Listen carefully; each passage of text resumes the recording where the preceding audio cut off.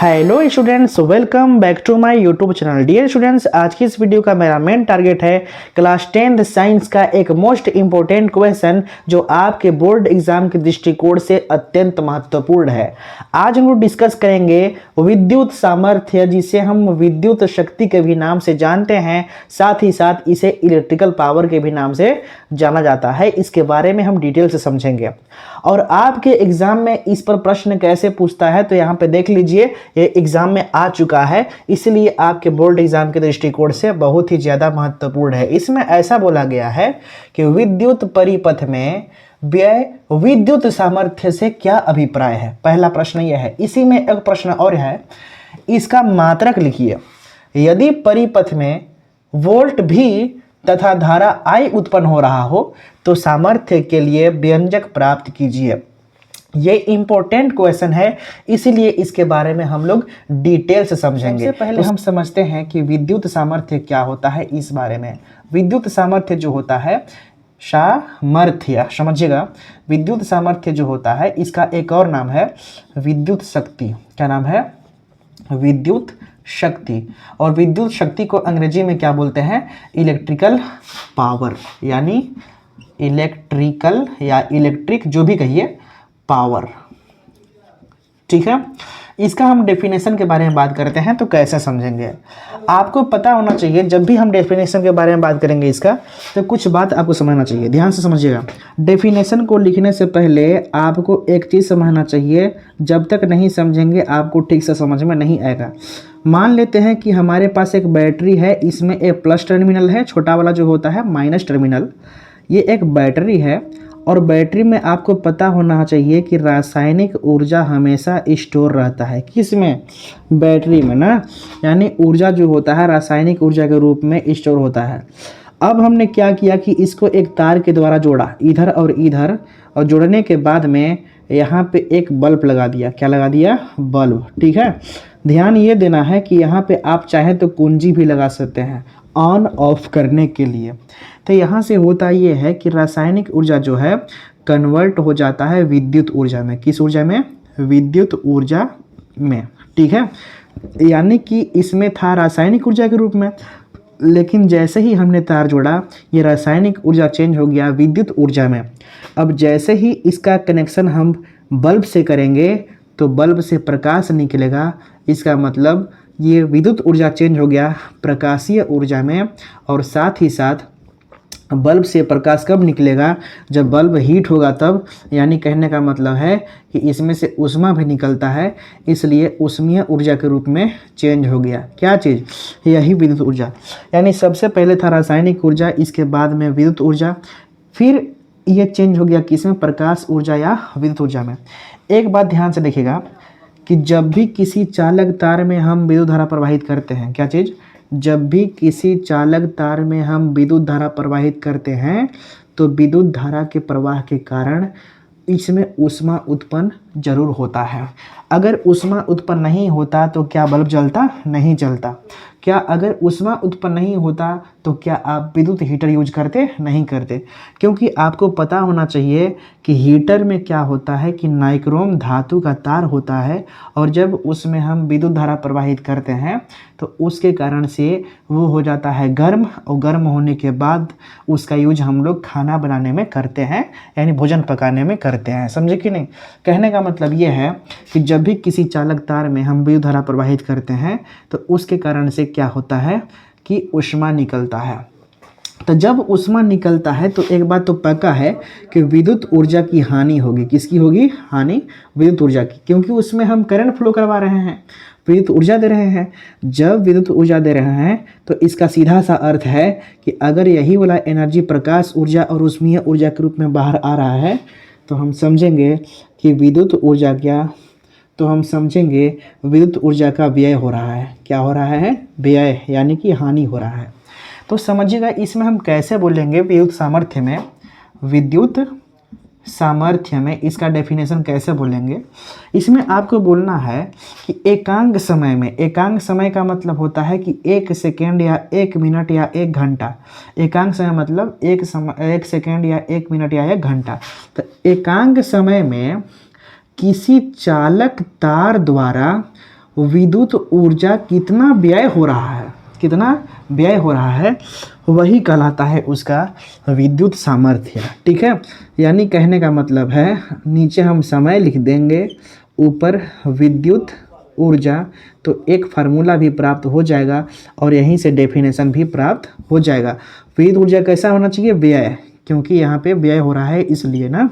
कहने का मतलब है कि हम ऐसा बोलेंगे कि जब किसी परिपथ में विद्युत धारा प्रवाहित होती है तो प्रवाहित होने के कारण एकांक समय में जितना ऊर्जा व्यय होती है उसी की मात्रा ही विद्युत सामर्थ्य कहलाता है। या तो फिर हम इसको ऐसे लिखेंगे, इसका डेफिनेशन लिख दे रहे हैं, इसमें ऐसा लिखेंगे, विद्युत परिपथ द्वारा किसी विद्युत परिपथ द्वारा किसी विद्युत परिपथ द्वारा एकांक समय में, एकांक समझ रहे हैं ना, 1 मिनट, 1 घंटा या 1 सेकेंड, कुछ भी ना, किसी विद्युत परिपथ द्वारा एकांक समय में व्यय विद्युत ऊर्जा ही विद्युत सामर्थ्य कहलाता है, विद्युत सामर्थ्य कहलाता है। आप लोग मुझे कमेंट के माध्यम से बताइएगा कि समझ में आ रहा है कि नहीं। इसके बाद हम तुरंत एक फार्मूला लिखेंगे। क्या लिखेंगे, फार्मूला। कैसा फार्मूला, ऐसा लिखेंगे, मैं किनारे लिखता हूँ, किनारे, अभी काम है इसलिए लिखेंगे, विद्युत शक्ति या विद्युत सामर्थ्य बराबर, मैं शक्ति लिख रहा हूँ, कोई दिक्कत नहीं है ना। ये होता है क्या चीज़, सूत्र होता है विद्युत ऊर्जा बटे समय, विद्युत ऊर्जा बटे समय। आपका मन है तो ऊपर लिख सकते हैं व्यय विद्युत ऊर्जा बटे समय, दोनों में से कोई भी हो सकता है, क्योंकि विद्युत ऊर्जा यहाँ पे नष्ट हो रही है, इस कारण से ऐसा बोला जा रहा है। एक बात ध्यान दीजिए, अगर परिपथ में, यदि परिपथ में टी समय में, कितना, टी समय में डब्लू जूल, कितना, डब्लू जूल ऊर्जा व्यय हो, तो ऊर्जा व्यय हो तो विद्युत सामर्थ्य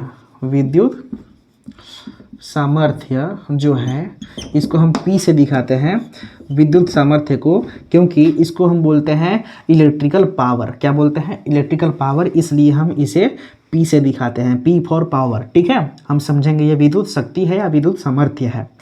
तो होता है P इक्वल टू W/T। क्या होता है, W/T। ठीक है, अगर ध्यान से देखा जाए तो इसका हम मात्रक लिख सकते हैं, मात्रक। तो अगर P का मात्रक आप लिखेंगे, P क्या है भाई, विद्युत सामर्थ्य है।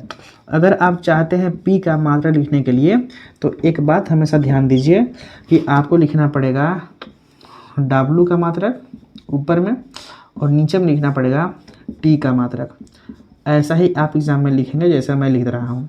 ठीक है, तो P का अगर मात्रक की बात करें तो W का क्या होता है भाई, तो जूल होता है, जूल, जबकि T मतलब समय का क्या होता है, सेकेंड होता है। क्या होता है, सेकेंड। तो आपको पता होना चाहिए कि जो जूल प्रति सेकेंड है इसको हम वाट बोलते हैं। क्या बोलते हैं, वाट भी बोलते हैं, इस बात को आप ध्यान दीजिए। ठीक है, यानी कि अगर पूछता है आपसे कि इसका मात्रक क्या होता है तो आप दो बता सकते हैं कि एक जूल प्रति सेकेंड या वाट बोलता है। ठीक है, एक प्रश्न और इसमें है, ध्यान से देखना। इसमें बोला क्या है कि यदि परिपथ में V वोल्ट तथा I एम्पीयर की धारा उत्पन्न हो रहा हो तो सामर्थ्य के लिए व्यंजक प्राप्त कीजिए। अभी हम व्यंजक प्राप्त नहीं किए हैं, मैं करने जा रहा हूं। ठीक है, इसके अलावा भी कुछ चीज़ मैं बताऊंगा, मतलब इस प्रश्न को समाप्त करने के बाद में कुछ एक्स्ट्रा चीज़ें बताऊंगा जो आपके एग्जाम के लिए इंपॉर्टेंट रहेंगी, इसलिए पूरा देखिएगा ना। तो हम व्यंजक प्राप्त करते हैं, ध्यान से देख लो। हम इस जो एक फार्मूला लिखे हैं P इक्वल टू W/T, इसको इक्वेशन नंबर हम 1 मान लेंगे। क्या मानेंगे, 1। ठीक है, अब यहाँ पे क्या लिखा है तो लिख लेते हैं इस बात को कि यदि परिपथ में, ये लिखना पड़ेगा आपको, यदि परिपथ में V वोल्ट तथा I एम्पियर की धारा की धारा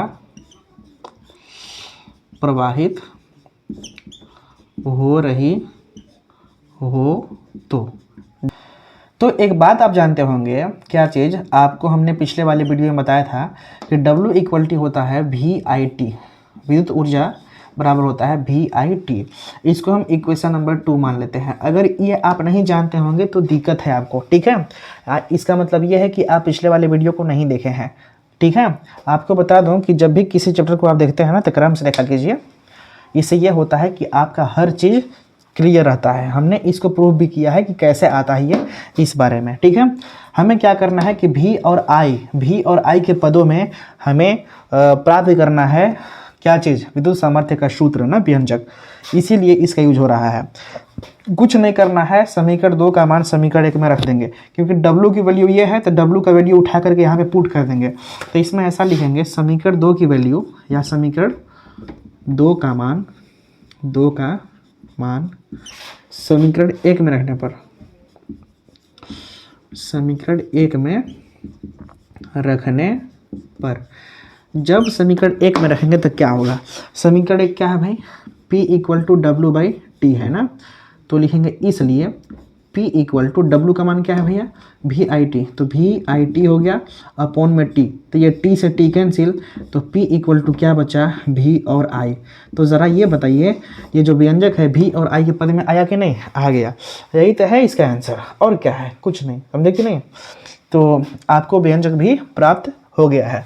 लेकिन आपसे एक बात मैं जानना चाहूँगा कि अगर आपसे पूछता क्या चीज़ कि आप I और R के पद में बताइए, यहाँ पर V और I है, लेकिन अगर R और I के पद में इसका फार्मूला पूछता तब कैसे लिखते हैं। तो ध्यान से समझिए, ओम का नियम आप पढ़े हैं, आप नहीं पढ़े होंगे तो उसको मेरे वीडियो को ध्यान से देख लो। आप सर्च कीजिए यूट्यूब पे ओम का नियम बाय अंगद रिसर्च क्लासेस, तो आपको ओम का नियम पता चल जाएगा, ठीक है। ओम का नियम बाय अंगद रिसर्च क्लासेस, इस बात को, ठीक है। तो ध्यान से देखा जाए ओम का नियम क्या है। ओम का नियम में एक सूत्र क्या है, ओम का नियम में लिखेंगे ओम के नियम से ये होता है V इक्वल टू IR। क्या होता है, V इक्वल टू IR। अगर V का मान हम उठा के यहाँ पे पुट कर देंगे तो मेरा काम चल जाएगा, ठीक है। तो ऐसा करते हैं कि V बराबर IR का मान, समीकरण इसको 3 मान लेते हैं ना, समीकरण 3 में रखने पर, समीकरण 3 में मैं इस बात को लिख नहीं रहा हूँ कहानी को, लेकिन आप समझिएगा। यहाँ से V के मान उठा करके यहाँ पे हम रखेंगे, तो रखेंगे तो क्या होगा, तो लिखेंगे P इक्वल टू V का मान क्या रखना है, IR, I और R किसका, V का मान, और यहाँ पे I पहले से है। तो इसका मतलब ये है कि I का I में गुणा होगा तो यहाँ पे हो गया I², और ये R है तो R है, ये है, ठीक है। यानी कहने का मतलब है P इक्वल टू होता है I² इंटू R, ये किसका, यानी I और R के पद में। अगर मान लो आपसे पूछ दिया कि इस बार हमें प्राप्त करना है V और R के पद में, इस बार I नहीं होना चाहिए, तब क्या करेंगे ना, तो सीधा सा आप I की वैल्यू निकाल लो। कहाँ से, ओम के नियम से। I की वैल्यू प्राप्त कैसे करेंगे, यहाँ पर गुणा में R है, इधर आएगा तो भाग में, यानी V/R हो जाएगा। यानी I की वैल्यू क्या होता है, V/R होता है ओम के नियम से। तो जहाँ पर I है वहाँ पे V/R रख दो, काम चल जाएगा। तो वही चीज़ को हम लिखना चाह रहे हैं ना। तो मान लो कि यहाँ पे P इक्वल टू है क्या है, I² इंटू R है, तो I का मान क्या रखना है, V/R रखना है। अब इसका स्क्वायर है तो स्क्वायर करेंगे, इंटू R है, ये है। तो अब V का स्क्वायर क्या होता है, V² और R का स्क्वायर होता है R², इंटू यहाँ पे R है, ये है। अब यहाँ पे 2 ठे R है, यहाँ पे 1 ठो है, तो एक R से ये एक R गायब हो गया। इसका मतलब यहाँ पे है V² इंटू नहीं बटे में R हो गया ना, यानी P इक्वल टू क्या हो गया, V² इंटू अपॉन R, ठीक है। तो इस प्रकार से अगर पूछता है कि V और I के पद में बताइए, तो आप सीधे ऐसे ज्ञात करेंगे। अगर V नहीं रहेगा और I R के पद में चाहिए तो V का मान रखिए, आराम से I और R के पद में आ जाएगा। अब अगर पूछ ले कि इस बार I हमको नहीं चाहिए, तो उसके लिए क्या करना है कि जहाँ पे I है वहाँ पे V/R रख दो, आंसर आ जाएगा, ठीक है। इस तरह से ये हुआ विद्युत सामर्थ्य के बारे में। लेकिन इस प्रश्न का उत्तर सिर्फ इतना ही है, कितना है, इतना ही है, बाकी ये अपने से बताए हैं, ठीक है। कुछ और चीज़ बता रहे हैं, इससे पहले आप जल्दी से इसको नोट कीजिए या फिर स्क्रीनशॉट ले लीजिए, इसी में आपको बताने जा रहा हूँ। ले लिए स्क्रीनशॉट। ठीक, अब समझिए विद्युत सामर्थ्य के बारे में कुछ और बातें। अभी हमने सीखा क्या चीज़ कि विद्युत सामर्थ्य जो होता है इसका मात्रक क्या होता है। इसका मात्रक अभी हम सीखे हैं जूल प्रति सेकेंड, जूल प्रति सेकेंड, या इसी को हम बोलते हैं क्या चीज़, इसी को हम बोलते हैं वाट। क्या बोलते हैं? वाट। आप एग्जाम में प्रश्न पूछता है कि 1 वाट की परिभाषा दो, 1 वाट की परिभाषा आप कैसे देंगे? ध्यान से समझिएगा कैसे देंगे ना 1 वाट की परिभाषा। इसमें हम ऐसा बोलेंगे कि जब किसी विद्युत परिपथ में विद्युत धारा प्रवाहित होती है तो 1 सेकेंड में, क्या चीज़, 1 सेकेंड में व्यय होने वाली ऊर्जा अगर 1 जूल हो तो उस तार की सामर्थ्य 1 वाट होगा। कैसे बोलेंगे? इसमें हम ऐसा बोलेंगे, जब किसी चालक तार में विद्युत धारा प्रवाहित करती है तो 1 सेकेंड में, कितना सेकेंड में? 1 सेकेंड में यदि 1 जूल विद्युत ऊर्जा व्यय होती है तो इस तार का जो सामर्थ्य होगा वो 1 वाट होगा। ठीक है, तो इसका परिभाषा कैसे देना है इसको मैं लिख दे रहा हूँ ना। इसमें आपको ऐसा लिखना है, जब किसी चालक तार में विद्युत धारा प्रवाहित की जाती है, विद्युत धारा प्रवाहित की जाती है तो ना 1 सेकेंड में, कितना? 1 सेकेंड में यदि 1 जूल, कितना? 1 जूल विद्युत ऊर्जा, क्या चीज़, विद्युत ऊर्जा व्यय होती है तो चालक का सामर्थ्य कितना होगा? सामर्थ्य 1 वाट होगा, 1 वाट होगा। ठीक है, इस बात को ध्यान देंगे। एक चीज़ और आपको बताना चाहूँगा नोट में कि सामर्थ्य का सबसे छोटा मात्रक होता है वाट। इस बात को ध्यान से लिख लो कि सामर्थ्य का छोटा मात्रक, क्या चीज़, छोटा मात्रक वाट होता है। ठीक है, दूसरी पॉइंट आप लिख लो कि विद्युत सामर्थ्य का यानी P हम लिख रहे हैं, समझ जाइएगा। विद्युत सामर्थ्य का बड़ा मात्रक, क्या चीज़, बड़ा मात्रक किलोवाट, क्या चीज़, किलोवाट, मेगावाट तथा अश्व शक्ति होता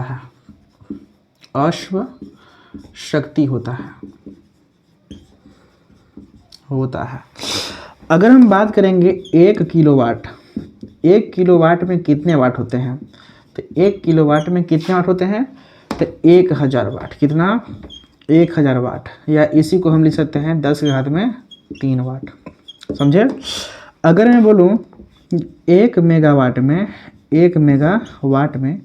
कितने वाट होते हैं, तो आपको बताना है 10⁻⁶, यानी 1 2 3 0 फिर 1 2 3 0, इतना वाट होता है। इसको हम बोल सकते हैं 10⁻6 वाट। ठीक है, अगर हम बोलें आपसे कि एक अश्व शक्ति में कितने वाट होते हैं, तो आपको बताना है 746 वाट। ठीक है, ये चीज़ें आपको याद रखनी है। ओके, तो आप लोग बताइए कमेंट के माध्यम से कि ये चीज़ें आपको समझ में आया कि नहीं। ठीक है, अगर आई होगी तो प्लीज़ हमारे इस वीडियो को लाइक कीजिए या मत कीजिए, लेकिन आप चैनल को सब्सक्राइब करके हमसे जुड़ जाइए ताकि और भी बेहतरीन वीडियोस आपको प्रोवाइड करा सकूं। Thank you so much watching for this video.